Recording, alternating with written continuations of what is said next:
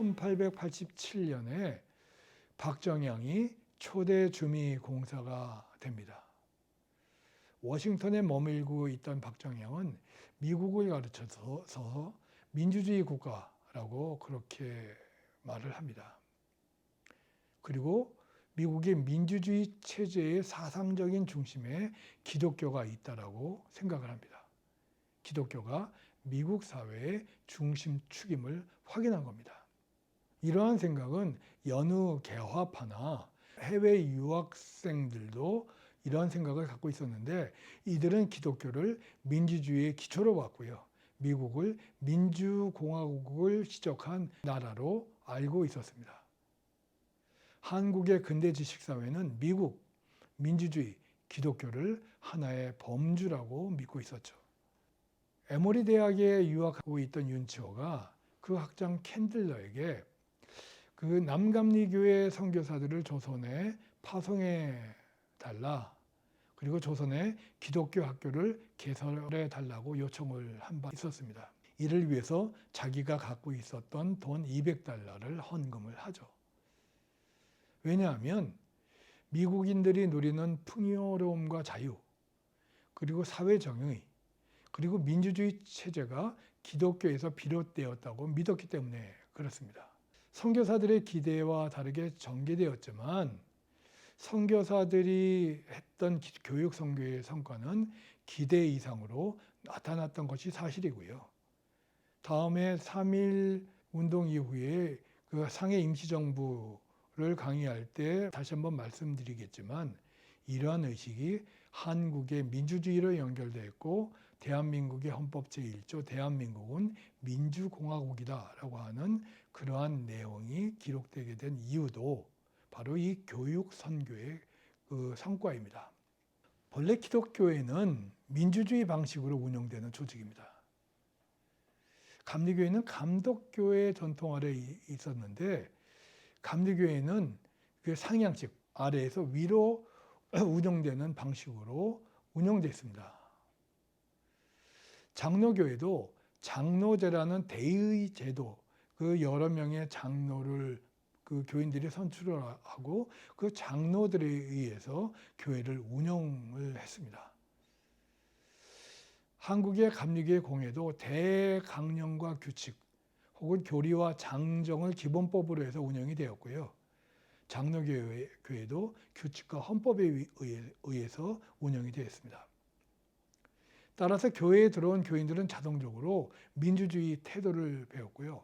법을 준수해야 한다라고 하는 의식을 갖게 되었고요. 누구나 교인들은 평등하게 교회 일에 참여할 수 있다라고 하는 것을 배웠고요. 교회 일을 위해서 자유롭고 합리적인 토론을 배웠고, 민주적으로 합의를 해서 결론에 도출하는 것을 배울 수 있었습니다. 민주주의의 이념과 그 지향점, 그 실천력을 구체적으로 알리고 배양하는 것도 기독교 학교였습니다. 윤치호가 민형환과 함께 러시아의 니콜라이 2세의 대관식에 참여하기 위해서 한국을 떠납니다. 1886년 5월 21일부터 윤치호가 떠난 그 빈자리를 갑신정변의 한 명이었던 서재필이 미국으로부터 돌아와서 배제해서 특별 강의를 하게 됩니다.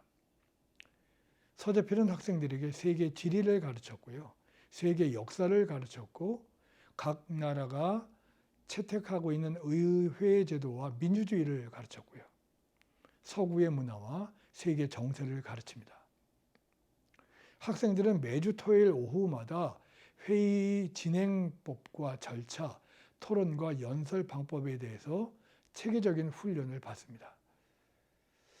특별하게 배제 학당에 있었던 이승만도 관심 있게 서재필의 강의를 듣죠. 학생들은 누구나 평등하게 회의에 참석할 수 있고, 자유롭고 합리적으로 토론할 수 있고, 민주적으로 합의를 해서 결론에 도출하는 것을 배울 수 있었습니다. 이후에 이승만 주도 아래 1886년 11월 30일 배제학당에서 협성회라고 하는 조직이 만들어집니다. 협성회를 통해서 학교에 참여한 학생들은 회의 규칙을 엄격하게 따라야 한다. 그 토론회는 적극적으로 임해야 한다. 열정적으로 이 회의에 참여해야 한다. 자기 주장을 용감하게 표현하는 그러한 태도도 만들어집니다. 민주주의가 지향하는 자유, 질서, 공적 정의도 학생들은 배우게 됩니다. 논리적이고 합리적으로 주장을 펼치는 방법도 체득하게 됩니다. 여기에서 시작을 해서 학생들은 한국에 의회를 설립해야 한다고 주장을 했고요. 그리고 이러한 주장을 자신들이 만든 잡지, 협성의 회보 아니면 일간 매일신문을 발간을 해서 자신들의 주장을 펼칩니다. 한국에 만민공동회가 종로에서 열리는데 이승만 등 배제학당 학생들이 이 만민공동회의 만여 명 앞에서 가두연설을 하고요. 시국 토론을 주도합니다. 바로 협성회의 교육 덕분이죠. 이들은 여기에서 민주주의가 한국을 바꿀 수 있는 유일한 힘이고 가치의 근원이다라고 하는 것을 밝혔고요. 조선도 미국과 같은 민주주의 국가가 되어야 한다라고 주장을 합니다. 학생들이 협성회를 만들었을 때 처음에는 충분 애국지심을 함양을 해야 한다고 주장을 했고요. 회원들 간에 서로 절친해야 한다고 얘기를 했고 공부를 하고 착한 일을 실천해야 한다고 얘기를 했고 동시에 전국의 동포들을 계몽해야 한다로 그렇게 협성회의 목적을 정합니다. 기독교 이데올로기를 충군 애국사상, 애민주의, 민족의식과 연결시키는 거죠. 어찌됐든 이러한 협성회의 목적이 오산학교, 대성학교, 이화학당, 숭실학교 등 기독교 학교의 목적이 됐고요. 이런 기독교 학교를 거친 사람들도 기독교, 민주주의, 애국사상, 민족주의를 하나의 범주로 생각하고 활동을 합니다. 민족운동으로 이어졌고요. 애국개몽운동단체를 주도하게 되고 이 사람들이 한국의 제1공화국과 제2공화국을 주도하게 됩니다. 기독교가 민주주의 의식과 민족주의 의식, 한국의 정치의 원료를 제공한 거죠. 학문의 전당이라고 하는 특성상 기독교 학교는 기독교 신학의 영역, 곧 영적인 영역보다는 기독교 사상, 기독교 이데올로기의 영역이 보다 강조됩니다. 선교사들의 우려가 적지 않았지만 학생들은 서양인 교사들과의 접촉을 통해서 세계와의 소통 방식을 배웠고요. 민주주의 체제를 습득했고요. 전통적인 계급의식을 극복했습니다. 이웃과 민족을 위해서 봉사해야 한다라고 하는 새로운 차원의 사회도덕과 새로운 정치의식을 습득했습니다. 고종임금이 러시아 공사관으로 조선의 조정을 옮깁니다. 우리 역사에는 이게 아간 파천으로 기록되어 있습니다. 바로 그 시기인 1896년 7월 2일에 독립문과 독립공원을 조성하기 위해서 독립협회가 만들어집니다. 여기에는 조선이 중국의 속국에서 벗어나서 자주권뿐만이 아니라 독립권을 동시에 가져야 한다라고 하는 상징성이 들어 있습니다. 그리고 어떠한 외세의 억압도 허락하지 않겠다라고 하는 임금의 의지도 담겨 있습니다. 당시 조선 그리스도인 회보에 이렇게 썼어요. 우리나라 풍속이 이상해져서 자고 이래로 내 나라 역사와 내 임금 영광은 가르치지 않고 다만 중국 역사와 중국 영광을 가르치는 거로 내 나라 사랑하는 마음이 없어서 진나라와 한나라, 송나라와 명나라, 청나라의 역대 좋은 일은 알아도 우리나라의 영광되는 일은 날이 갈수록 모르니 한심하도다. 독립관 보수가 끝나고 현판식을 가졌을 때 기독교 지도자들은 더 이상 조선이 중국의 영향력에 있지 않다고 주장을 합니다.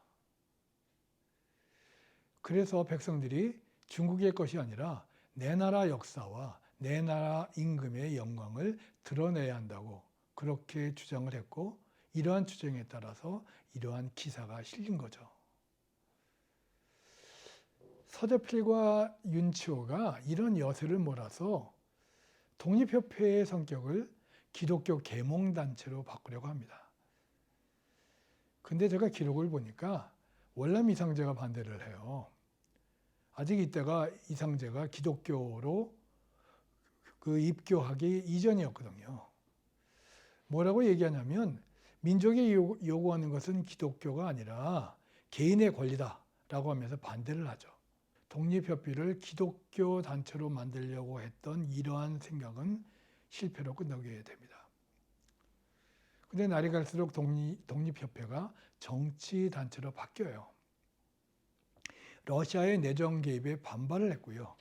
격렬한 반러 운동을 일으킵니다. 관민과의 대화를 통해서 내정 개혁을 해야 한다라고 하는 온건한 주장들을 비판하고 나섰고요.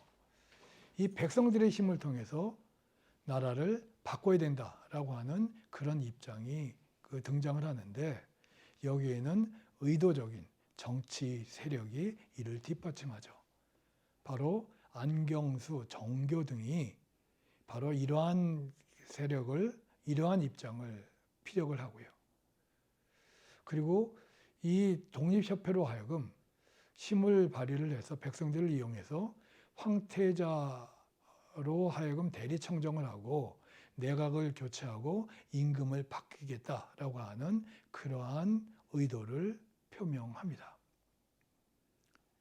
그런 이유로 고종임금은 독립협회가 공화정 체제를 모의한다라고 의심을 했고요. 1898년 11월 5일 날 독립협회 간부들에 대한 체포령이 내려집니다. 대한제국의 경무청은 독립협회 간부 중에서 17명을 체포하죠. 그리고 12월 23일에는 군대를 동원해서 만민공동회를 해산시킵니다. 그리고 독립협회와 만민공동회를 불법단체로 규정을 합니다. 그때 알렌이, 미국 공사였던 알렌이 그 독립협회 초기에는 대체로 긍정적인 입장을 갖고 있었는데, 그리고 관민공동회 의장인 윤치호가 관민공동회 의장이었던 시절만 하더라도 이 관민공동회는 황제에 대한 존중의 규칙을 고수했기 때문에 지지하고 했었는데, 이 관민공동회가 만민공동회로 발전하고요. 안정수가 주도하면서 이 알렌의 입장이 부정적으로 돌아섭니다. 그때 배제 학생들도 이 만민공동회에 깊숙이 관여를 했는데, 알렌이 이것을 발견하게 되고 아펜젤러에게 이렇게 편지를 씁니다.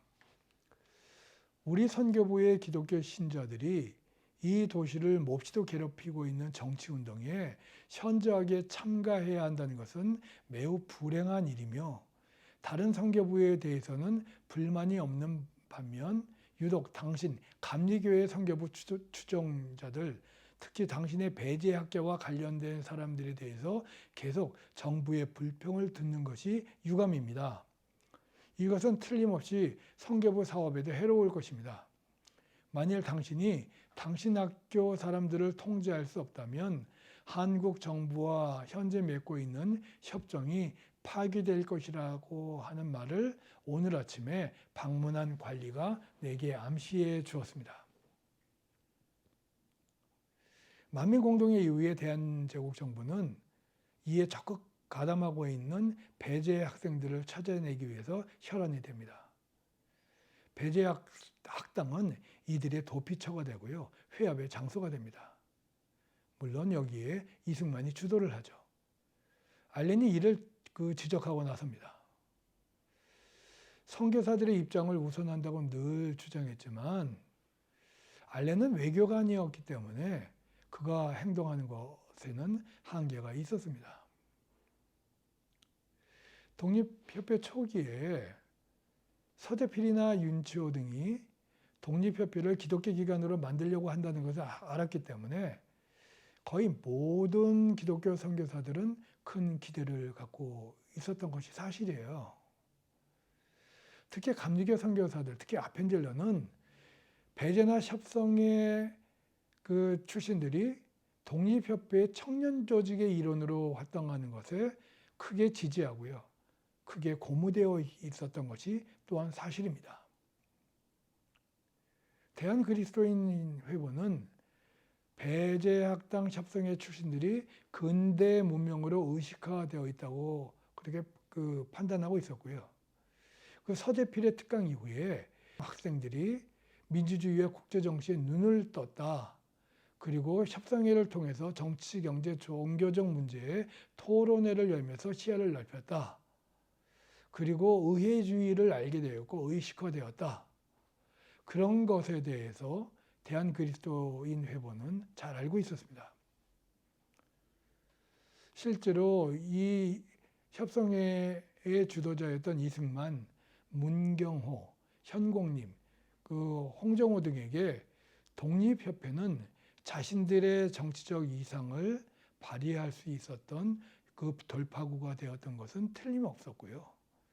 만민공동회는 자신들의 신념을 펼칠 수 있었던 최고의 장이었던 것은 틀림없었던 사실이었습니다.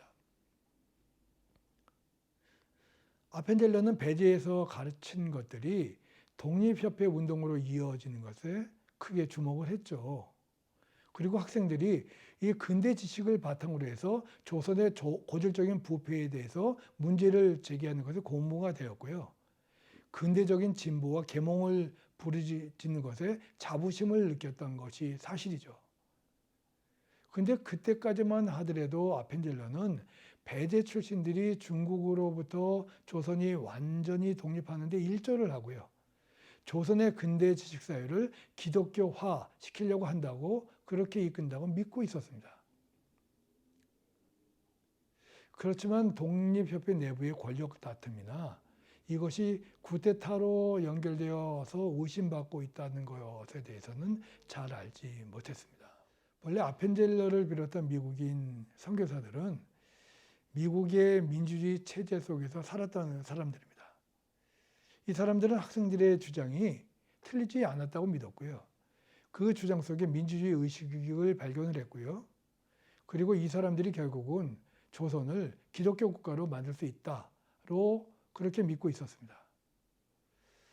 알렌이 배제 학생들이 문제가 있다고 했을 때 아펜젤러가 처음에는 소극적으로 반응을 했는데 바로 그런 이유입니다.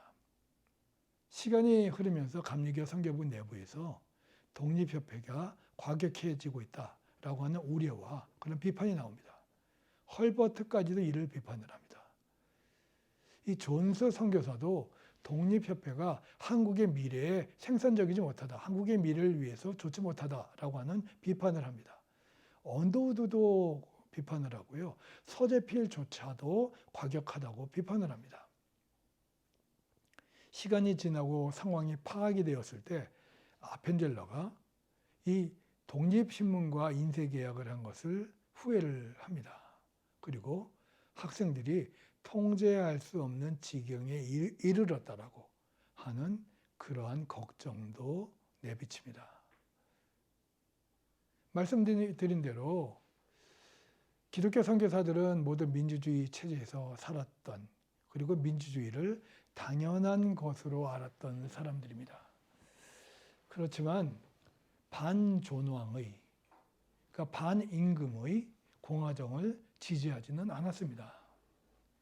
왜냐하면 복음을 전하기 위해서는 정치에 휘말리지 않아야 하고 선교지의 체제를 존중해야 한다라고 하는 것을 알고 있었기 때문에 그렇습니다.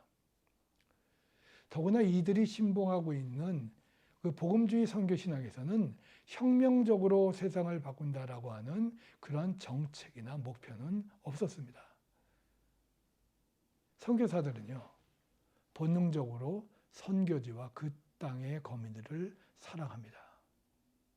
그런 이유로 조선이 중국이나 외세로부터 벗어나서 명실상부한 근대 독립국가로 살아가게 되기를 기원했을 뿐입니다. 선교사들이 한국에 온 목적은 구원이었습니다. 여러분 고맙습니다.